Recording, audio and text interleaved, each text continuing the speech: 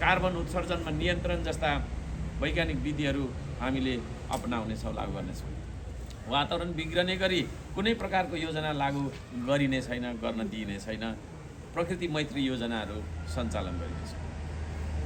जलस्रोत तथा ऊर्जा सम्बन्धमा एकीकृत योजनाहरू ल्याइनेछ। PPP मोडलमा ऊर्जा उत्पादन र स्रोत परिचालन गरिनेछ। अन्य देशहरूसँग भएको अलरेडी भइसकेको मेरो मतलब सन्धि सम्झौताहरूलाई राष्ट्रको हितमा ल्याइनेछ। जलाशयहरू निर्माण गरी 12 महिना तपाईँको छैन विद्युत उत्पादन गर्ने, सौर्य र वायु होइन सोलर र हावाबाट पनि दुवैबाट ऊर्जा निकालिने प्रविधिहरू लागू गरिनेछ। सिँचाइ तथा खानेपानीको लागि जलस्रोतको सदुपयोग गरिनेछ। त्यसै गरी यातायात सम्बन्धमा सडक सञ्जाल विस्तार गरिनेछ। सार्वजनिक यातायातका साधनहरूलाई आधुनिक शैलीमा व्यवस्थापन गरिनेछ। प्रदेशका मुख्य सहरहरू पुग्ने छिटो र छरितो बाटोहरू तपाईँको छैन हामी निर्माण गर्नेछौँ। सबै भेगमा चल्ने लोकमार्गहरूको निर्माण गरिनेछ। मर्मत सम्भारमा ध्यान दिइनेछ है, खाल्डा छोडेर राख्दैन, मर्मत सम्भारमा ध्यान दिनेछ। मेरो मतलब कृषि तथा तपाईँको छैन औद्योगिक सडक सञ्जालको निर्माण गरिनेछ। उत्तर दक्षिण जोड्ने लोकमार्गहरू, चीन र भारतका नाकाहरू जोड्ने सडकहरू निर्माण गरिनेछन्। नेपाल तपाईँको छैन सरकारले आफ्नै सरकारी हवाई सेवा विस्तार गर्ने र व्यवस्थित गर्ने नीतिमा जोड दिनेछ। विमानस्थलहरूको निर्माण र सञ्चालनमा प्रभावकारी विकास र व्यवस्थापन, निर्माण र व्यवस्थापन मेरो मतलब गर्नेछ।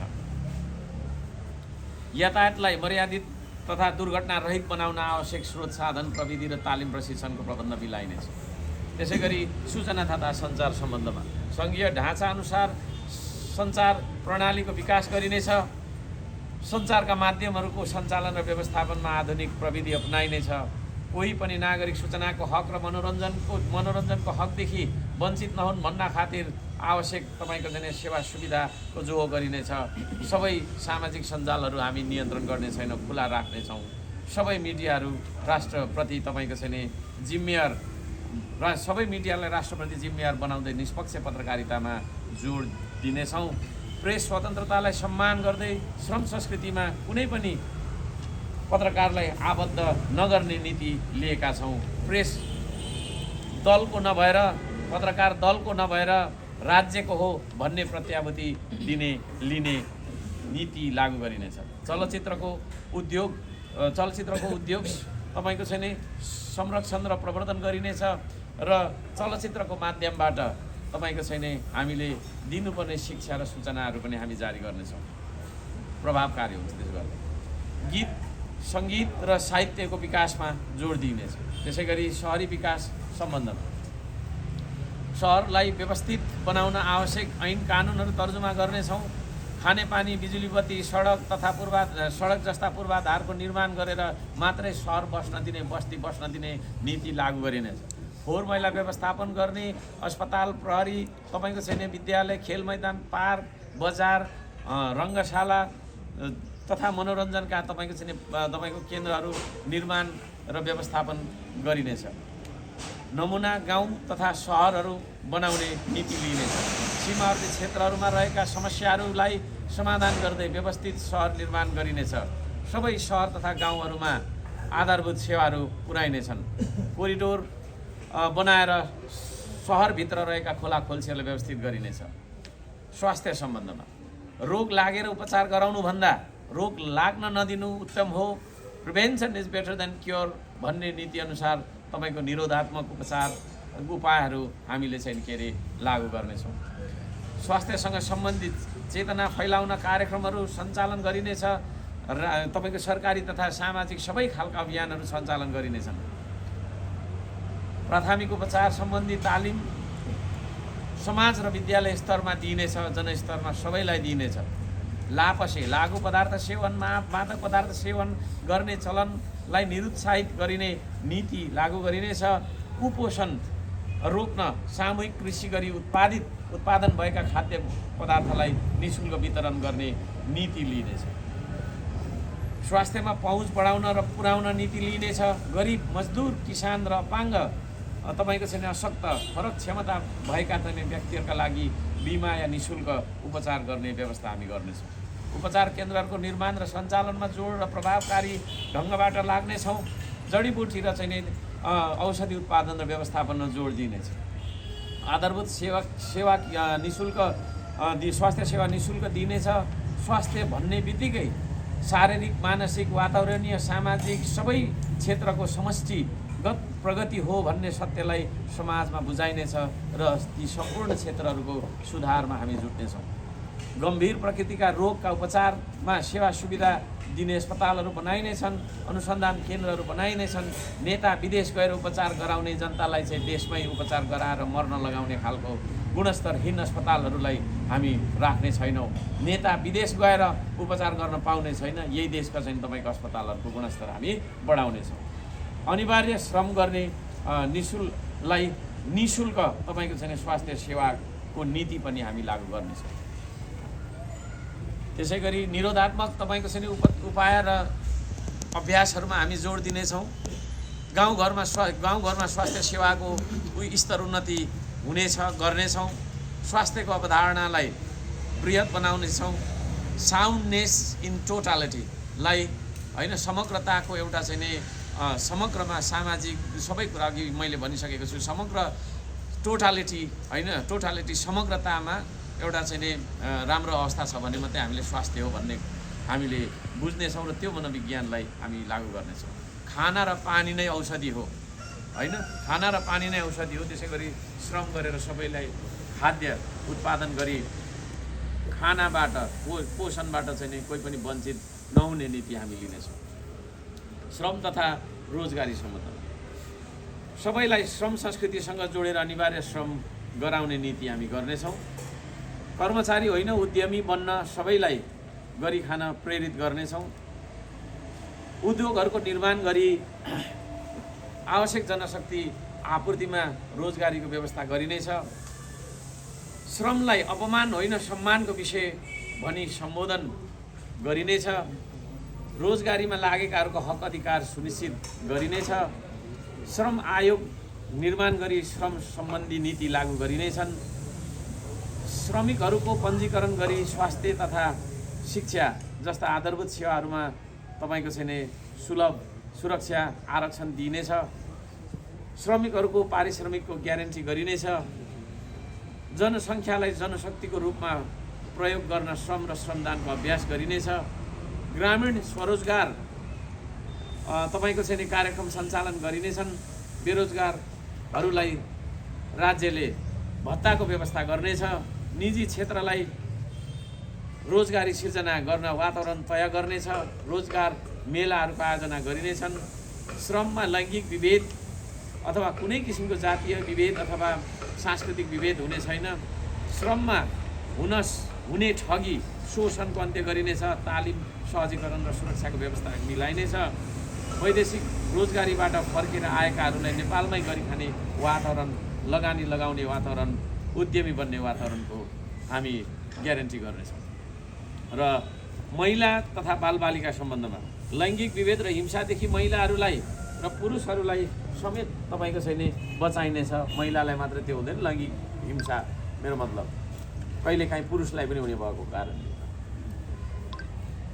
महिलाहरूलाई सशक्त बनाउन तालिम तथा प्रशिक्षण र अवसरहरू उपलब्ध गराइनेछन्। स्वास्थ्यगत संवेदनशीलताको ध्यानमा राखी महिलाहरूलाई विशेष सेवा सुविधा उपलब्ध गराइनेछ। सम्मानित जीवन जिउन पाउने वातावरण तय गरिनेछ। लैङ्गिक भिन्नताका कारण महिलालाई अवसरबाट वञ्चित हुन दिइने छैन। बालबालिकाको पढ्ने, खेल्ने र रमाउने अधिकार सुनिश्चित गरिनेछ। सबै पालिका बालमैत्री पालिका हामी बनाउनेछौँ। मनोरञ्जनका लागि उद्यानहरूको निर्माण गरिनेछ। शिक्षादेखि कोही बालबालिका वञ्चित हुन दिने छैन। एकल महिलालाई विशेष सुरक्षा र स्थान दिइनेछ। सबै निकायमा महिलाको सहभागितामा 50% हामी चाहिँ पुर्याउने लक्ष्यका साथ अघि बढ्नेछौँ। सडक बालबालिकालाई तत्काल उद्धार गर्न र पुनःस्थापना गर्ने नीति लिनेछ। बाल श्रम शोषणको अन्त्य गरिनेछ। त्यसै गरी युवा तथा खेल, युवालाई दुर्व्यसन आदि विकृतिबाट जोगाउन र जागरण र चेतनाका कार्यक्रमहरू ल्याउनका लागि पर्याप्त कामहरू हामी गर्नेछौँ। खेलकुदको क्षेत्रलाई उद्योगको रूपमा विकसित गरिनेछ। युवालाई साहित्य तपाईँको चाहिँ नि सङ्गीत कला खेलकुद जस्ता क्रियाकलापहरूमा लगाइनेछ। खेल मैदानहरूको विकास गरिनेछ। खेलकुदमा पर्यटनको रूपमा समेत खेलकुदलाई पर्यटनको रूपमा समेत विकास गरिनेछ। खेलकुदलाई पेसाको रूपमा समेत हामी चाहिँ नि विकसित गर्नेछौँ र व्यावसायिक खेलकुदको प्रबन्ध मिलाउनेछौँ। युवालाई स्वदेशमै रोजगारीको प्रबन्ध मिलाउनेछौँ। त्यो वातावरण सिर्जना गर्नेछौँ। विज्ञान तथा प्रविधि सम्बन्धमा विज्ञानको प्रविधिको विकास प्रकृति र संस्कृतिको बीचमा सन्तुलन कायम गर्न मानव जीवनलाई सुलभ बनाउन प्रयोग गरिनेछ। प्रविधिलाई विनाश गर्नका लागि होइन, तपाईँको चाहिँ नि मान्छे मार्नका लागि हामी प्राकृतिक ध्वंस गर्नका लागि प्रयोग गर्ने छैनौँ। तत्त्वज्ञान जसलाई हामी विज्ञान भन्छौँ, तत्त्वज्ञान र आविष्कारलाई बढावा दिइनेछ। सबैलाई आविष्कार केन्द्र सबैतिर आविष्कार केन्द्रको निर्माण र सञ्चालन गरी आवश्यक सेवा सुविधा आपूर्ति र तपाईँको चाहिँ नि सबैलाई सेवा सुविधा हामी दिनेछौँ। आवश्यक सेवा सुविधा आपूर्ति गर्छौँ र त्यस पछाडि निर्यात गर्ने नीति हामी लिनेछौँ। सूचना प्रविधिको विकासमा जोड दिइनेछ। आधुनिक र मौलिक प्रविधिको सम्वर्धन र प्रवर्धन गरिनेछ। देश विकासमा प्रविधिको समुचित प्रयोग गरिनेछ। संस्कृति सम्बन्धमा सांस्कृतिक विकास सम्बन्धमा श्रम संस्कृतिलाई सर्वोपरि संस्कृतिको रूपमा विकास गरिनेछ। श्रमलाई सम्मान, श्रमिकलाई सम्मानको मनोविज्ञान बनाइनेछ। राष्ट्रका विविध जात-जातिमा रहेको मौलिक पहिचान झल्कने संस्कृतिहरूको जगेर्ना गरिनेछ। सबै संस्कार संस्कृतिलाई राज्यले समान व्यवहार गरेर सम्मान गर्नेछ। सांस्कृतिक पक्षहरूलाई सामाजिक मनोविज्ञानको विषय बनाई अध्ययन गरिनेछ। संस्कृतिलाई पर्यटनको केन्द्रबिन्दु बनाई विश्व बजारमा प्रचार गरिनेछ। सबै जात जातिका पर्वहरूलाई महत्त्व दिइनेछ। सांस्कृतिक उन्नयन गरी विश्व बजारमा प्रस्तुत गरिनेछ। अनिवार्य श्रम र श्रमदानको नीति लागू गरेर अल्छी समाजलाई परिश्रमी बनाइनेछ। परिश्रमी बन्दै स्वाभिमानी र देशभक्त नेपाली बनाइनेछ। योगदान दिने संस्कृतिको सुरुवात गरी सामाजिक जागरण सहितको राष्ट्रिय एकताको अभियान सञ्चालन गरी सामाजिक र आर्थिक सकारात्मक रूपान्तरणको क्रान्ति ल्याइनेछ। मौलिक संस्कृतिहरूको जगेर्नामा जोड दिइनेछ। सबै जात जातिका आफ्नो मौलिक संस्कृतिहरूलाई जगेर्ना गर्न राज्यले बजेटबाट नै सम्बोधन गर्नेछ र सहयोग गर्नेछ। सामाजिक विकास सम्बन्धमा श्रम संस्कृतिको सूत्रले देश बनाउन श्रमदान गर्न लगाएर सबैलाई सामाजिक एकतामा बाँधिने हराउन लागेको नेपाली समाज पुनर्स्थापित गरिनेछ। सामाजिक जागरणका अभियानहरू सञ्चालन गरिनेछन्। विकृतिहरू विरुद्ध अभियानहरू सञ्चालन गरिनेछन्। समाजलाई एउटा घर परिवारको रूपमा विकसित गर्न विभेदजन्य कुराहरूको अन्त्य गरिनेछ। सांस्कृतिक विविधतालाई अस्वस्थ र राजनीतिक प्रतिस्पर्धा नभएर सुन्दरताको रूपमा लिइनेछ।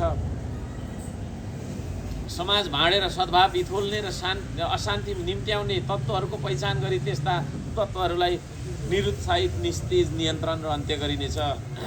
श्रमको कारणले गरिएका विभेदहरूको अन्त्य गरिनेछ।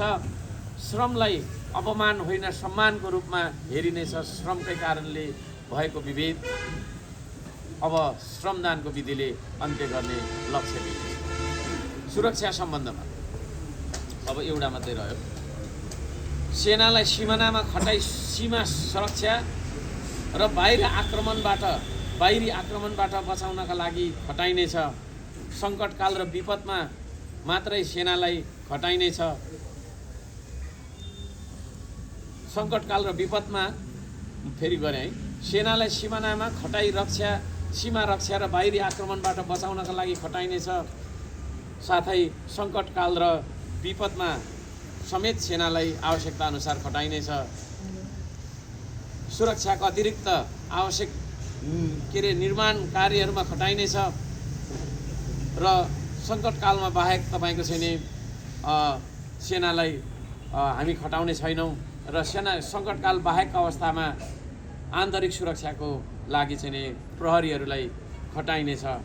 प्रहरीहरू तपाईँको चाहिँ नि जनपथ र सशस्त्र नगर प्रहरी सबै खालका प्रहरीलाई खटाइनेछ। आन्तरिक सुरक्षा प्रहरीले गर्नेछ भने सेना सुरक्षा चाहिँ सीमा सुरक्षा चाहिँ हामीले देशको सुरक्षा चाहिँ हामीले सेनालाई खटाउनेछौँ। त्यसै गरी आइएनजिओ सम्बन्ध सेवा र अधिकारको नाममा छिरेका आइएनजिओहरूले देशै कब्जा गर्ने देखिएकोले विदेशी शक्ति केन्द्रहरू हाबी बनाई नेपाल सरकार बनाउने र गिराउने सम्मको हरकत हुने गरेकोले आइएनजिओहरूलाई तपाईँको चाहिँ नि सबै आइएनजिओहरूलाई हामी खारेज गर्नेछौँ र आइएनजिओले सञ्चालन गर्न दिइने छैन। स्वदेशी सङ्घ संस्थाहरूलाई सक्रिय र बृहत बनाइनेछ र स्वदेशी सङ्घ संस्थाहरूबाट नै सामाजिक क्रियाकलाप तथा सेवाका क्रियाकलापहरू हामी गराउनेछौँ।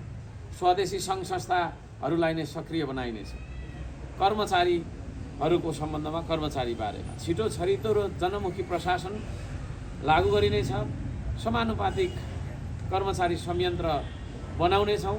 राजनीतिक संलग्नता र अभ्यास मुक्त कर्मचारी र न्यायोचित प्रशासन बनाउनेछौँ। राजनीतिक गतिविधिमा कर्मचारी संलग्न हुन नदिने व्यवस्था लागू गरिनेछ। ढिलासुस्ती रहित प्रशासनको व्यवस्था गरिनेछ। जनमतको कदर सोपान अनुसार प्रणालीयुक्त कर्मचारी र प्रशासनको प्रभावकारी लागू गरिनेछ। गैर आवासीय र प्रवासी नेपालीहरू सम्बन्धमा प्रवासी नेपालीहरूको अभिलेख राखिनेछ। गैर आवासीय नेपालीहरूको नागरिकतालाई निरन्तरता दिँदै उनीहरूका सिप तथा पुँजी राष्ट्र निर्माणका लागि आविष्कार गर्ने नीति लागू गरिनेछ।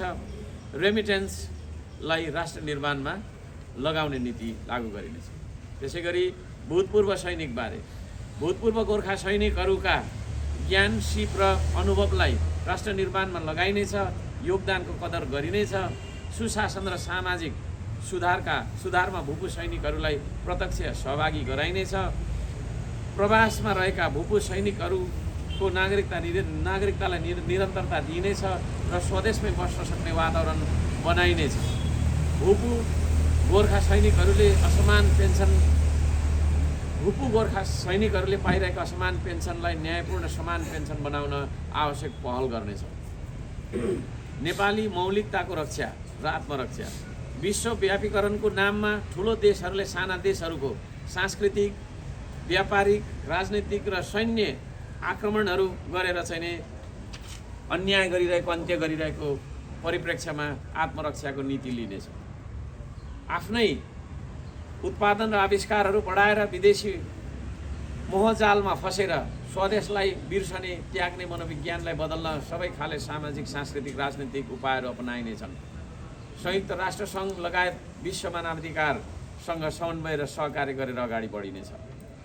नागरिक आयोग सुशासन प्रत्याभूति गराउन नागरिक आयोग गठन गरिनेछ।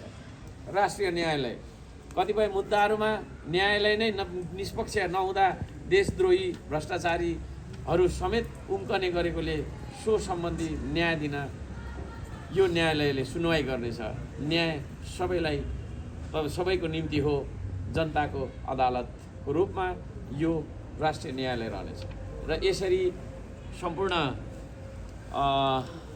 पत्रकार साथीहरूलाई धन्यवाद दिँदै मैले हाम्रो श्रम संस्कृति पार्टीले कस्तो खालको देशको परिकल्पना गर्न चाहेको हो त गरेको हो त भन्ने बारेमा आधिकारिक रूपमा संक्षिप्तमा अब यति मात्रै होइन, यसको व्याख्या विस्तृत लामो छ, धेरै ठुलो हुन्छ भनेर धेरै मैले संक्षेपीकरण गरेर लिएको छु। यो कुराहरू लगाएका छौँ र मैले फेरि पनि भने सार्वभौम नेपाली जनता नै हो होइन, उहाँहरूको समस्या नै हो हाम्रो एजेन्डा। हामीले आफ्नो मनको गीत गाउने होइन, सिंहदरबारमा बसेर मनको गीत गाउने होइन। हामी गाउँ गाउँमा पुग्छौँ, टोल टोलमा पुग्छौँ। हामी सबै वर्ग, सबै तपाईँको चाहिँ नि जाति, सबै धर्म, सबै तपाईँको चाहिँ क्षेत्रमा पुगेर उहाँहरूको मनोविज्ञान के छ, उहाँहरूको आवश्यकता के छ त्यो लिन्छौँ र त्यस पछाडि मात्रै हाम्रो घोषणापत्र देशले चाहेको अनुसारको बन्न सक्ला। तर अहिले हामी अब घोषणापत्रै बिना त्यतिकै हावामा कुदेर पनि भएन। त्यसो भएको कारणले गर्दाखेरि हामीले हाम्रो मनमा लागेको कुराहरू राखेका छौँ। म 3 करोड नेपालीलाई 2 हात जोडेर भन्न चाहन्छु, तपाईँहरूको समस्या नै हो हाम्रो एजेन्डा, तपाईँहरूको चाहना नै हो हाम्रो एजेन्डा, तपाईँहरूको भावना नै हो हाम्रो एजेन्डा। मैले राजनीतिको 3टा आधार देख्छु होइन, जस्तै हाम्रो पार्टीको सिद्धान्तको 3टा आधार प्रकृति, संस्कृति र प्रविधि छ। त्यसरी नै राजनीतिको 3टा आधार छ, त्यो भनेको जनभावना, जनचाहना होइन र जनआवश्यक। जनताको भावना के छ, तपाईँहरूको भावना नै हो हाम्रो एजेन्डा, तपाईँहरूको चाहना के छ त्यही हो हाम्रो एजेन्डा, र तपाईँको छैन समस्या के छ होइन, तपाईँहरूको आवश्यकता के हो त्यो आवश्यकता नै हो हाम्रो एजेन्डा। र त्यो जहिले पनि यो हाम्रो घोषणापत्र अब लेख्यो लाछापमा शिलाले होइन, तपाईँको चाहिँ ढुङ्गामा शिला खोपे जस्तो अब चेन्ज हुँदैन भन्ने होइन, यो तपाईँहरूको भावना अनुसार संशोधित हुँदै जानेछ र तपाईँहरूको भावना अनुसारको सरकार हामी गर्छौँ। र जनताको भावनाभन्दा दायाँ बायाँ, जनताको चाहनाभन्दा दायाँ बायाँ, जनताको तपाईँको चाहिँ नि होइन आवश्यकताभन्दा दायाँ बायाँ हुने छैन। यति मैले भन्न चाहेँ। सम्पूर्ण मलाई हेरिरहनु हुने नेपाली दाजुभाइ दिदीबहिनीहरूलाई मैले यति राख्न चाहेँ। नमस्कार छ, धन्यवाद। अब पत्रकार साथीहरूको केही प्रश्नहरू छ भने मैले